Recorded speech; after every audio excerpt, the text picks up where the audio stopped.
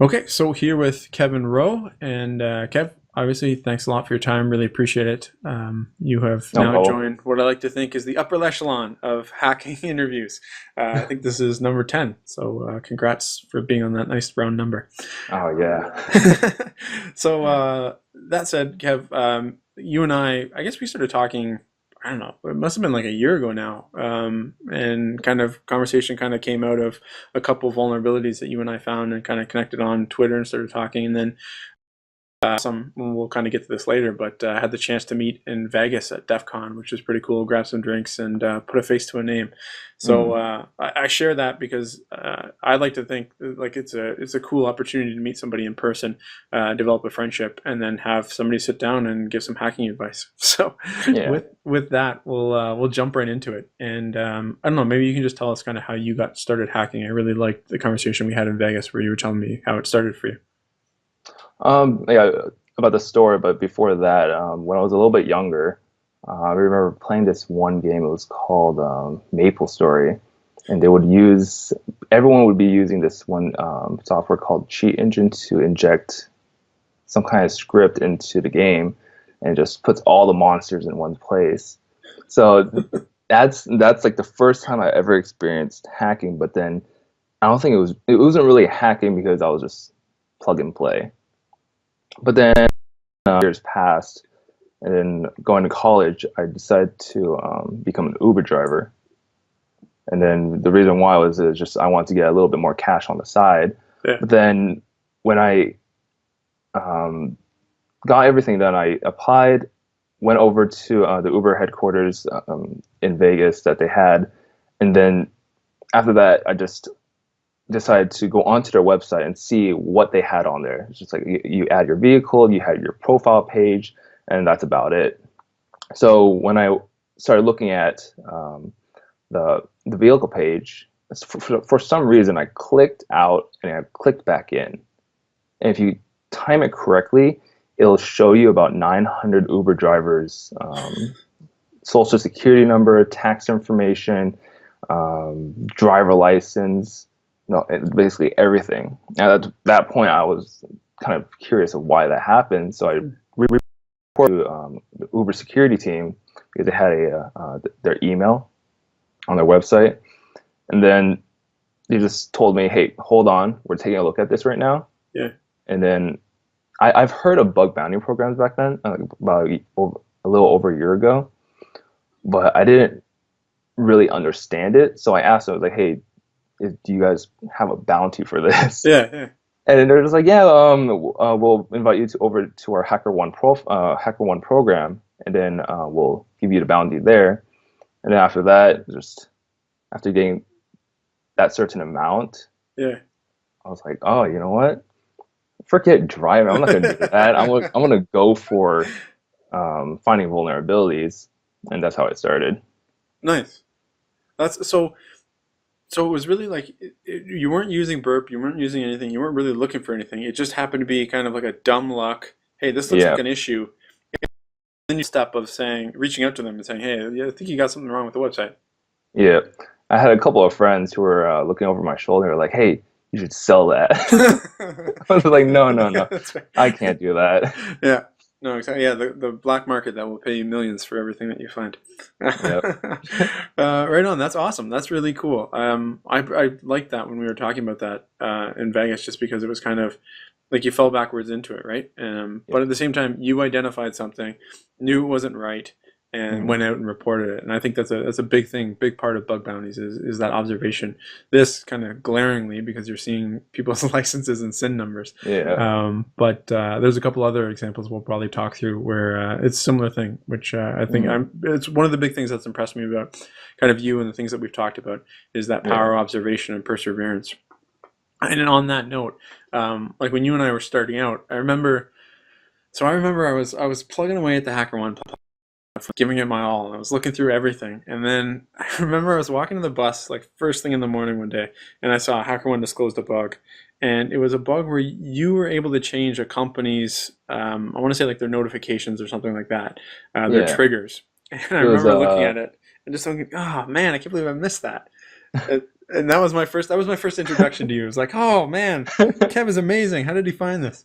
So yeah, why don't you tell us about that bug and kind of what it was like finding that? So, because ever since the beginning, I've always stuck with Uber. I didn't really go to any other program. Yeah. So I decided to try and I think I looked at Dropbox for a good while, and then I started looking at some of Dropbox's acquisitions, and then while looking at that, uh, I submitted a bug. It was a very low level bug, and I got an auto response back. And then while looking at the auto response, I saw the little edit tab, a little edit button, Yeah. and I was just like, oh, that's not right. So I decided to click on it, and I was able to modify the message. Yeah. So I put down, "Oh, hi, this is Kevin," or something stupid. And then I was like, "Oh, that's pretty cool." So I decided to just report over to HackerOne, and I think within like 5 minutes, they responded back saying, "Oh, this isn't right." Yeah. And a couple hours later, they resolved it and sent out a bounty, which was pretty awesome. Nice. Yeah, I remember exactly seeing that, and I remember walking through things, and I never triggered those responses. But again, that's an example of you noticing where there's something that's not right and Mhm. picking up on that and working on with that, right? Like, Yeah. I would think that that's not always the case for all hackers, right? Like it's easy to miss stuff, and again, there's no fancy tools there, right? No, it's just that part was all on accident once again. Nice. It's when people reach out to me, like I get a lot of new hackers that are emailing me because of the book, and they're asking me how to get started. And I always tell them that it's observation, skill, and perseverance. Mhm. And two of those, I think it's a good transition because you talked about when you started, you were just working on Uber, and then you kind of worked on Dropbox, and you worked on HackerOne. But even the conversations that you and I had, well into I don't know May, June of last year, you were still Mhm. plugging away on Uber, whereas Yeah. I felt like I was bouncing around everywhere. What was that? Like why keep plugging away at a program? How did that work for you? What drove you to keep doing that? Um, I think the reason why I didn't go from target to target, like how you did, you were going from one target to another, was I was very comfortable with Uber. Okay. It's just I knew their platform very well. I always use their Uber app. I know what features are there. If there's a new feature that comes out, then I'll immediately know. Um, I'll test it out. So it's just after finding that first vulnerability, I'm not sure exactly why, but I decided to just um, keep going after Uber. And then back then, I didn't really care of how many reports I had. I Yeah. remember talking to you. I said, "Oh, I'm just gonna report everything and everything, Yeah. anything and everything." I didn't really care about my signal, so I think that's yeah. Yeah. And it's interesting because at the same time, for me, like I didn't know what signal meant at that time. Mhm. I'll throw that out there now. I know it sounds dumb in hindsight, but I didn't appreciate what signal was. I didn't appreciate what impact was. Obviously, you know what rep is because you're seeing yourself on the leaderboard or whatnot, or not seeing yourself on the leaderboard. Um, but has that changed for you? Have you started? I know in the conversations we've had, things have changed a bit, but what's that been like? Like when was it that you kind of, okay, I need to pick up on the signal, start kind of improving that, need to pick up and start doing, I mean, you've gone after some big programs which are unfortunately private, so we can't talk about them. Yeah. But it's like a switch flip, right? Like same, at least I feel for me, I Mhm. learned what signal was, started focusing on that, and in our conversations you've done the same things. What was that like? What was that turning point? I think the reason why I decided to finally try and pick up my signal was when Uber went public. I think they required you to have a certain signal score, Right. and I was well below the score that they wanted. Yeah. And then I think Uber, not Uber, HackerOne, they wanted people to, they gave people 3 trial reports. Mm. So I would basically go down, I would use all 3, and then I would have to wait a month before I could use. Right. So at that point, I was just like, all right, you know what? I'm not going to report everything I see that I'm not even sure if it's a vulnerability. I'm going to make sure it is Yeah. and then report it. Which is awesome piece of advice. You hear that all throughout all the interviews is making sure you have a proof of concept. Hmm. You can explain it. So we should have said, and you're number 5 on Uber right now, which Yes. is pretty crazy considering the fact that it's public and there have been a lot of top hackers there. So I mean that's a big accomplishment for you. Hmm. So for everyone listening, obviously, congrats, Yeah. and that's one of the reasons. That's one of the key reasons why I want to sit down and talk to you, was because of that perseverance, the Hmm. observation, and the skill that I know you've worked on and focused on. So it's awesome to hear how that transition's gone and what it's meant for your hacking. So on that note, you've got a couple Uber vulnerabilities that have been written up on your website. Hmm. So I guess the first question, and sorry I didn't include this in the list, but why write them up? Why share them? Why throw those out there? Oh, I don't know. I just want like because I see everyone else, they have their own blog explaining the vulnerabilities they found and how they found it and what software they use, etc. Yep. So I was just like, you know what? I'll just make something so other people can see, and they can also do the same thing. Right. So it's just it's a very good learning tool by using someone else's methods. Right. So, for example, if you go on HackerOne activity page, there's so much information there. If you go to someone else's blog, there's a bunch of information there. Yeah. So that's why I decided to start blogging about what I found. Right. And then sometimes you'll get emails of people saying, "Oh, I used your method," or "I saw what you wrote, and then I did the same thing. I found something."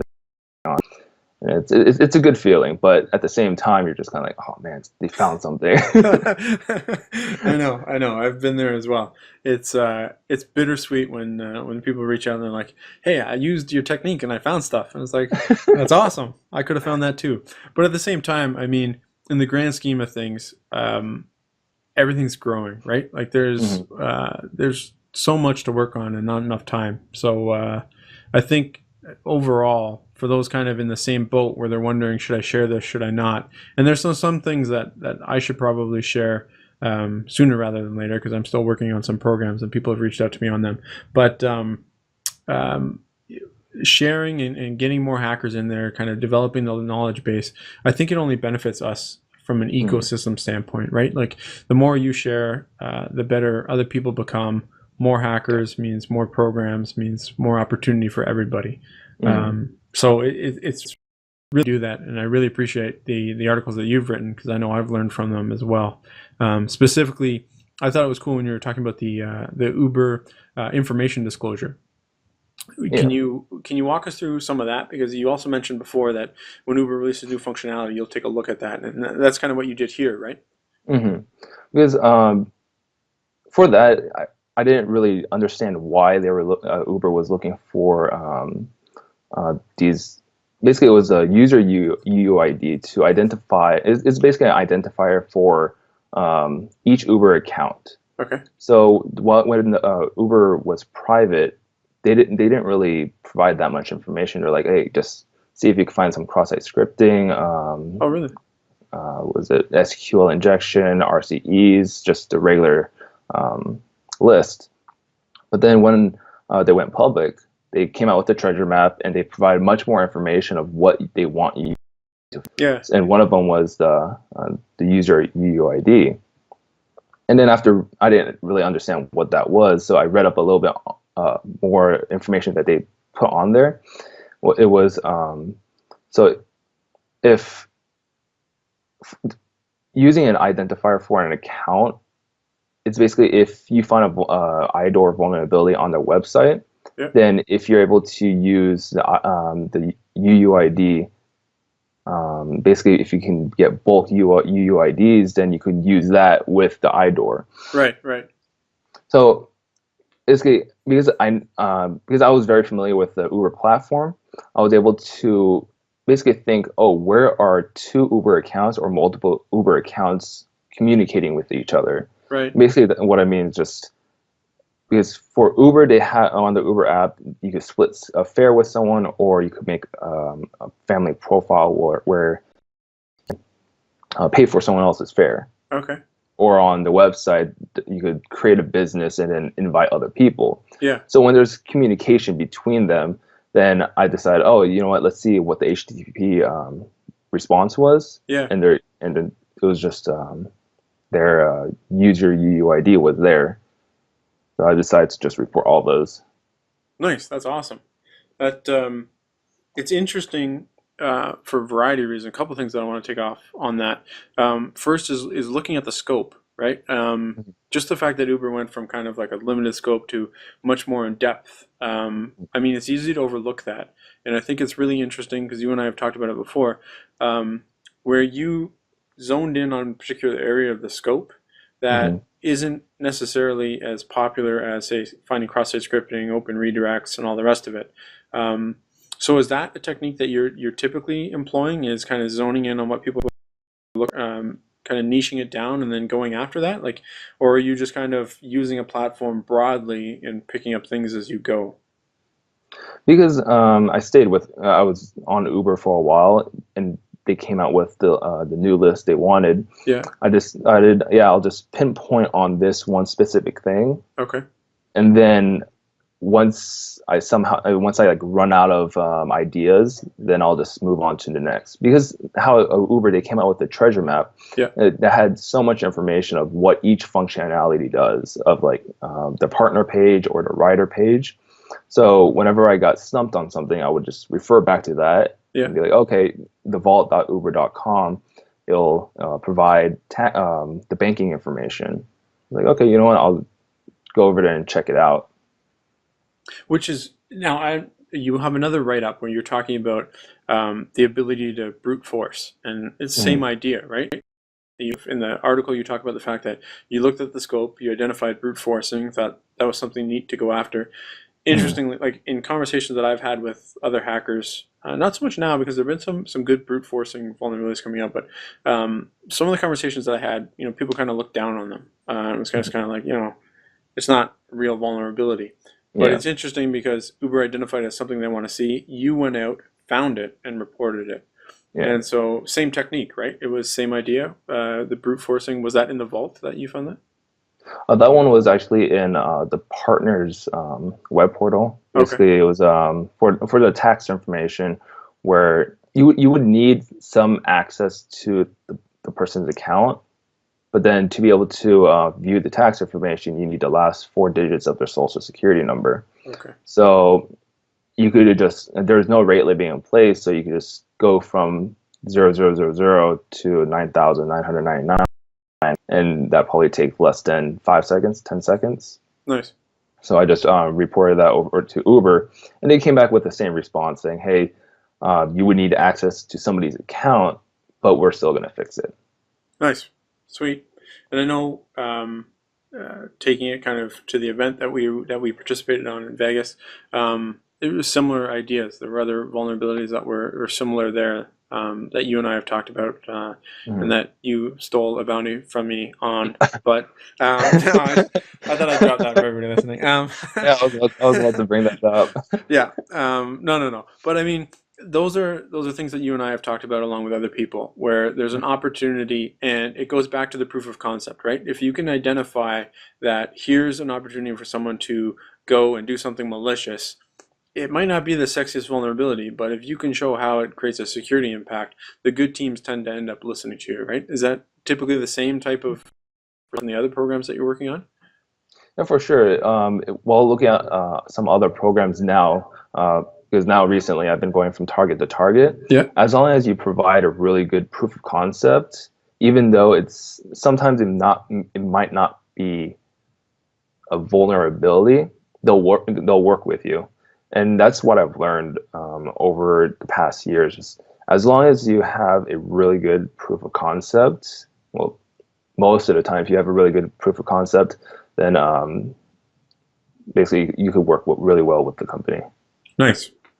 So, I want to switch gears a bit, and we talked about it kind of at the beginning, where you were looking at doing the Uber driving, then fell into hacking that way. So, like me, you obviously didn't come in with a huge background of security and Mhm. know a whole whack of stuff. So, what's that learning process been like for you? Where have you gone? I know you mentioned the hacktivity, Yeah. but where have you gone to learn, keep developing skills? Like, what's that look like for you?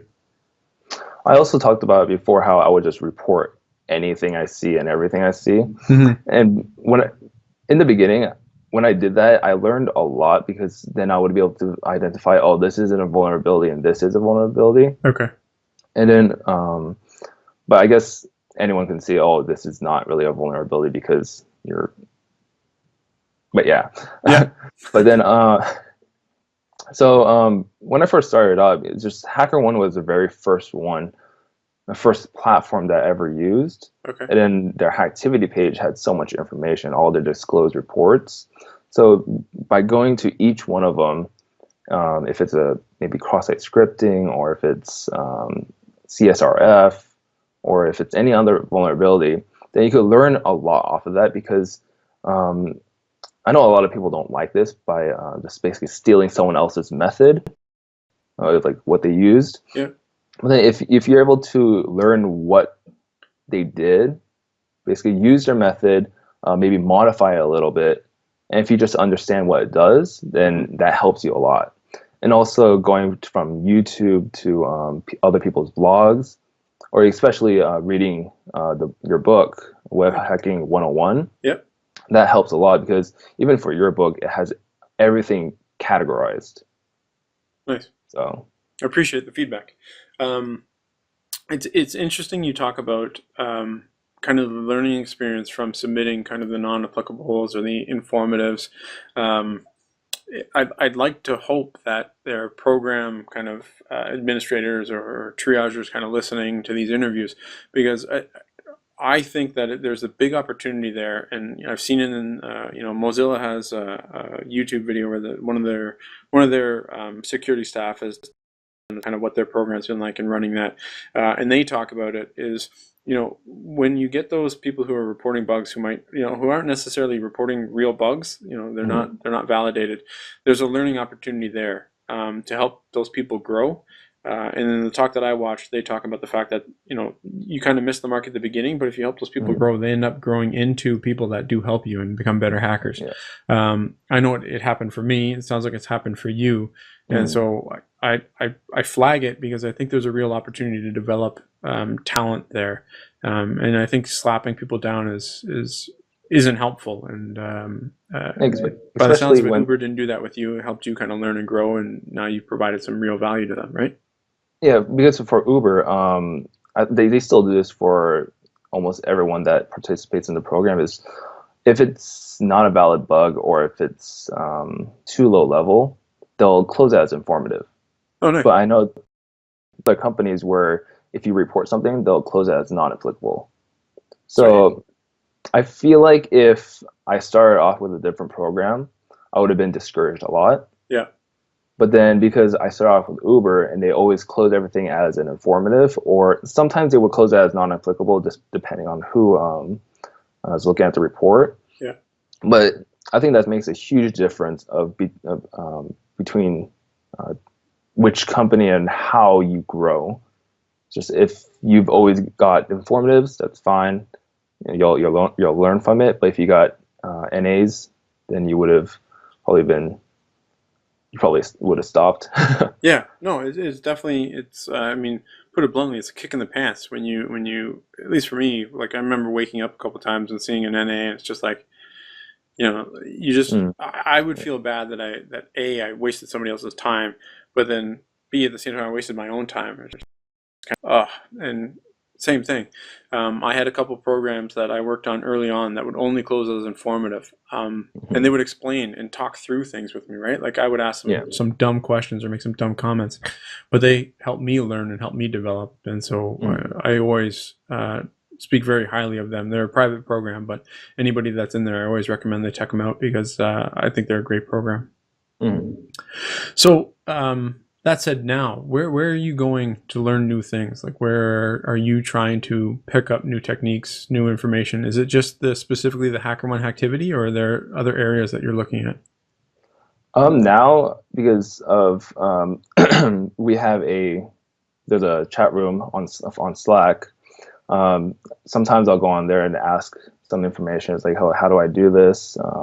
Can someone help me out with this? And that's you can get a lot of information off of that by communicating with another well-known someone that's been doing it for years. Yeah. And also, the other one is I still stick with the Hacktivity page because every day there's all this new reports being disclosed, and some of the things they do is just amazing. Yeah. There's, I mean, I can think of a handful that have been disclosed recently that have been awesome. And it's something that I've heard from others as well, like conversation with Philippe, and then even talking with File Descriptor. I think everybody that I've talked to in these interviews has said that reading is a huge key for them. Mm-hmm. It's definitely for me. So it's not surprising that you reference reading all the reports and that kind of thing. So switching gears again a little bit, we brought up the event that we were both at in Mm-hmm. Las Vegas, and it was awesome in the conversations that I've had with you. Like after that first night, you killed it, right? Like you essentially walked into a room of guys who've been doing this forever, and you walked away with some awesome reports. What Yeah. was that like for you? What was that experience like? And the reason why I ask is I think it resonates to getting an invite to a private program and seeing that, oh, you know, top 10 hackers have been on there and they've been on there for a month or 2 months or whatever. Mm-hmm. What was that like for you walking into that room? Oh man, I remember it was just when I walked in, it was very nerve-wracking. I didn't know where to go, so I decided to go into a room, sat down, and once I sat down, um, once the just everyone was getting ready, and once the event started, I didn't know what to do. Right. It's just I decided to just open burp. I just open burped up or burp suite up, and that's it. And once the event kicked off, I was just searching for a good hour. Couldn't find anything. Yeah.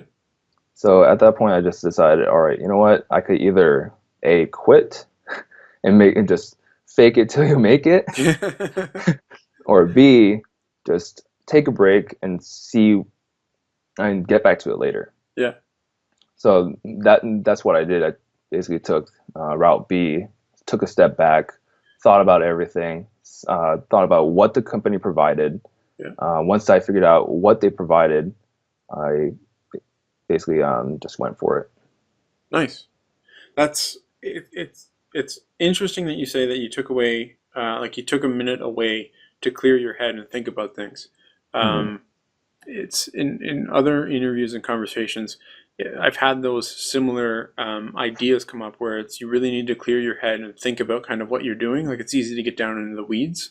Mm-hmm. And so here it sounds like it was just that. You kind of got down into the weeds and took that minute, step back. And I think to be honest, this is part of my my awe of your skill, Kev, is the perseverance, right? You had the thought of walking away, but you kept digging at it. Yeah. And so at that point, like once you found that first bug, what was it like? Was it snowballing after that? Was it just kind of like the room shut off and you just kind of were in the zone looking at it?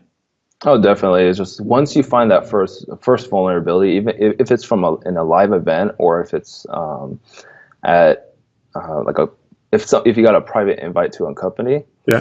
then you get that rush, and you just want more. So I decided to just keep going at it. Yeah. And then I remember looking at a vulnerability that I found, and I didn't really know what to do. I didn't know like the potential of it. Yeah. So I decided to just report that. Reported it. They responded back and gave me a pretty good bounty. Yeah. And after that, you're just like, all right, I got to keep going. So you find more and more and more, and yeah. And so is that kind of like the key motivator for you? Is not so much the bounty amount, but like the quick response? Is it the validation of finding something, or is it the bounty amount? Like what keeps driving you to do this? Like to keep that perseverance up? It would in the beginning when I first started, it was the bounty amount. Okay. And then it's just like it drove me more to do more. Right. But now I think it more comes down to the company's response time. Yeah. If a company is able, because at the event, the company was there to assist us, provide us with feedback, and it was just very instantaneous. But then if you're talking about an actual company, if you have that interaction of fast feedback, then it helps a whole ton. Because if you're just there, hey, asking for updates, hey, can I get an update on this, but they don't respond for 2 months, Yeah. then it kind of discourages hackers away. That makes, yeah, I would echo the sentiment, especially hoping other program administrators are listening, right? For me, and I don't think it's anything to be ashamed of. Like I started out looking for the bounty amounts, right? Like for me, it was income supplement. It still is. It's still, I'm doing it because I'm making money. But at the same time, I love the challenge. I love kind of getting that rush that you get when it's not so much you see the bounty amount, but you also see that, I did find a vulnerability. It was correct. It was bang on. And then that quick response time. I've started to gravitate towards the programs that reward you for your time, but also are conscious of the fact that communication is a big part of it, and that's a topic that's come up again. Jason Haddock talked about it in our interview, and others have as well. Is communications is key. So that makes a lot of sense. It's awesome. I really appreciate you sharing it because motivation is going to obviously be personal. So that's cool. And especially what you brought out is like the curiosity and also the challenge. Because currently I'm going to the university here in Las Vegas, and then it's just I'm currently majoring in computer science. Yes. And it's the reason why I'm doing computer science is because programming, there's a whole challenge to it. And then challenge curiosity of what this does and what that does. And then the same goes for hacking. Your curiosity just goes through the roof because you want to see what this does, where am I going? And then once you figure out, oh, shoot. Yeah, no, exactly. Interesting. So the computer science, do you think that's helped you? How has that played into the hacking and your success? For computer science, I think the whole programming and also the whole just the challenge, it did help me. But then hacking did kind of lead me away from programming. It's just I do less programming now. Yeah. And I'm doing more hacking. Yep. You're making money off of hacking, but programming at the moment when you're going to school, you're not really making much. No, it's the exact same for me. It's like when I started out, so like I said, I was looking for an income supplement. So I was considering, building a couple sites or trying to develop something to make the extra money that way. And then I got into hacking, and honestly, in I don't know, probably 13, 14 months, I spent a whole lot of time writing a lot of code just because, just like you said, when you're hacking, you're making money, so and you get that addiction, right? It's almost like a drug. You get a bounty, and it's like I need another one. I need another one. Yeah. So it's not surprising that it kind of takes over. But I do think there's a lot of value, and I've talked about it with other hackers in these interviews. Friends brought it up as well. Is having that skill set, that computer programming skill set. It kind of opens your eyes to different things. To testing things out. So it's awesome that you've got that, and it's really not surprising when you read about some of the logic bugs in your approach. It kind of adds up, right? It seems like that would be good for the perseverance is working through the programming problems and whatnot. Nice. So I guess before we close off on the event itself, was there anything that you took away from being in the room when or even the experience of working with a program? Anything that you learned that you didn't expect? The thing that I didn't really expect was how everyone, because when I went into the room, I thought everyone was going to work by themselves. They're not going to communicate with each other. They're going to just be in their little corner and submit reports. But then that wasn't actually the case. It's just the community is so close. It's just everyone in the room would communicate with each other saying, hey, I found this. Is there anything I could do more? Yeah. And then everyone would gather together, or like the people next to each other, and they'll be like, oh, yeah, hey, try this and see if you can escalate it. And if it works out, then they just submit it, and then sometimes they'll I'm not sure if they ever split the bounty, but a lot of people in the room helped each other. Nice. And that kind of goes back to what we were talking about with the blogs, right? There's Yeah, a work together. That's cool. And I mean, we can throw it out there as well. Like you, I, and a couple other hackers have kind of stayed in touch hmm as guys who spent a lot of time together there at the event.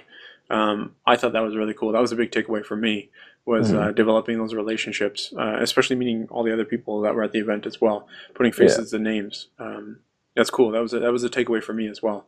hmm It was really neat, and you see that in the Slack channel as well, Yeah. with people helping, just like you mentioned in the specific help channel, guys throwing it out there, and you just get this ridiculous amount of brainstorming that happens when you throw that out there, and it's not all about the money, right? It's kind of about the Yeah. broader ecosystem, which is kind of cool.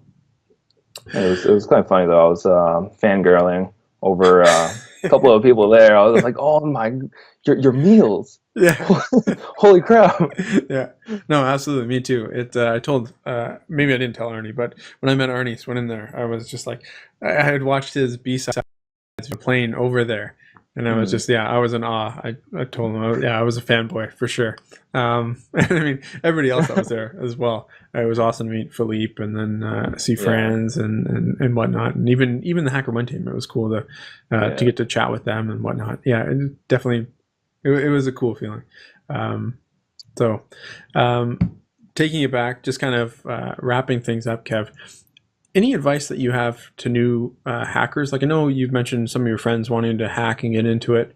Mm. What does it look like when people come to you and they ask you for help? What's the advice that you have for them? Yeah, I had a couple of friends who came up to me and asked me, like, "Hey, I want to try and get into hacking. Can you give me any advice?" Yeah, And the one thing I always tell them of just like a basic rule is don't give up. yeah, It's just because there's a lot of people out there who expect, oh, they're going to immediately find a vulnerability right when they see a website or a company or anything like that. And that's not really the case. It's just sometimes you'll go 8 hours and you won't find anything. Sometimes you'll go a couple of weeks without finding anything. I know you and me, that happened to us. yeah. But then it's just that's one key advice I give them is just don't give up. And then some other ones are just like trying to think out. It's easier said than done. Hmm. Than done. It's just think outside the box and see what this functionality does. Right. Just if you use Burp Suite, then basically look at all the logs of all the requests that's going through, and then if something looks interesting, then just put it into repeater, store it somewhere, and save it for later, and then go back to it and try and see what you can do with it. That's. Um, like, I was going to say that's awesome advice. It hmm, pretty much echoes the exact same thing that I tell people, yeah, especially when you're starting new.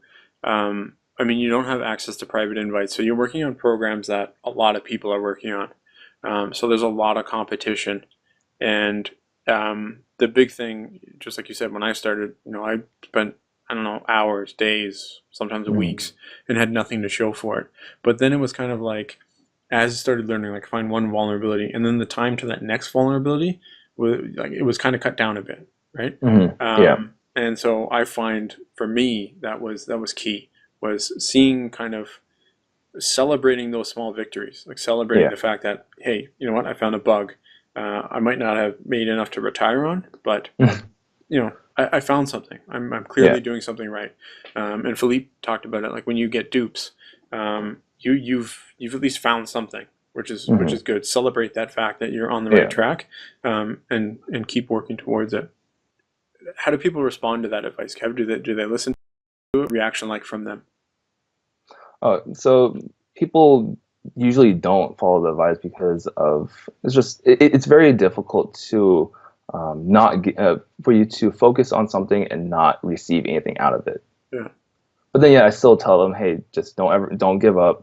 Just keep going at it. And once you find that first vulnerability, then it'll, everything else that happened before, it doesn't even matter. Yeah. Yeah, So, exactly. So for you, I don't know if you can remember the books that you found or the order that you found them in. Was it the first Uber vulnerability that you had that you got invited to the private program, and then was it the Hacker One program, or I think by the sounds of it, it was you focused exclusively on Uber. It was a lot of Uber bugs, and then you Yeah. had looked at the HackerOne, right? The first Uber bug that I found, and then after that, I found another one about a month later, Okay. and then I think another went a month by, and I couldn't really find anything else, and that's why I went to Dropbox and some other companies, Okay. and that's when I found the vulnerability on HackerOne. Nice. Okay. Yeah, that's what I was getting at. Was what was that time space looking like for you? Mm, And so yeah, it was. I think I signed up on HackerOne December in 2015, and I mm, think my first bounty was like February of 2016. mm, So it wasn't a short time, and a lot of my time was spent kind of reading the activity, going through things, and trying to write as I learned, so that other people could learn with me. Um, Nice. So that's kind of refreshing. It's kind of cool to hear. but yeah, Because definitely, it's when you first start off, it's just don't get. I feel like a lot of people get the misconception as like, oh,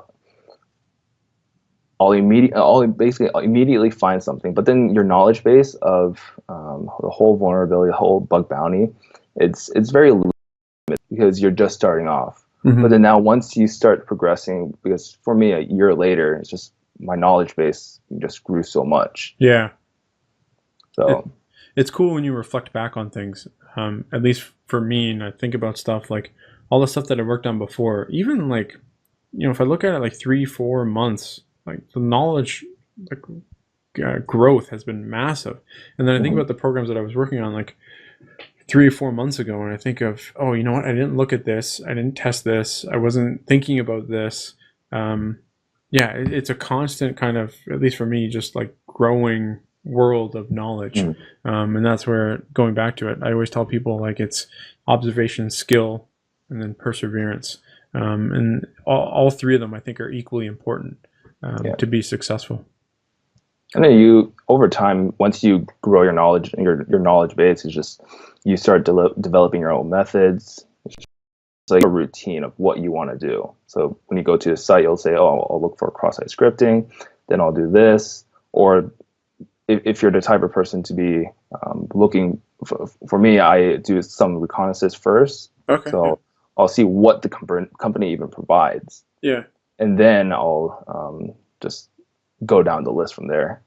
Sweet. On that note, are there? I know for me, like I was looking and considering bug bounty goals for 2017, and part of it is expanding knowledge in certain areas and focusing on different bug classes. Um, are there any particular areas you're looking at that you want to develop that knowledge or that you're actively trying to expand into? I've been going from one thing to another. It's just for Uber, I was mainly looking at that on the IDOR, Yeah. the user UID. But then now, because of the new program for Synac, I've been looking at a lot of cross-site scripting and CSRF. Nice. And those are like the first by at that company that there were the two this cross-site scripting and CSRF were the two valid that I got ever. Oh, nice. Yeah. That's pretty sweet. It's crazy. I think when I was looking at your stats on HackerOne, it was like 1,000 rep and or just over Mm. 1,000 rep, and no XSS, no CSRF is No. pretty impressive because I mean they're low hanging fruit, right? Mhm. Nice, that's awesome. Yeah. So yeah, I mean that pretty much rounds it out, Kev. Again, I really appreciate your time. Really appreciate you taking the time to sit down and go over this and talk about your experience and even the painful learning and then kind of where you're at now and providing the advice to new hackers. Thanks very much for doing it. No problem. All right.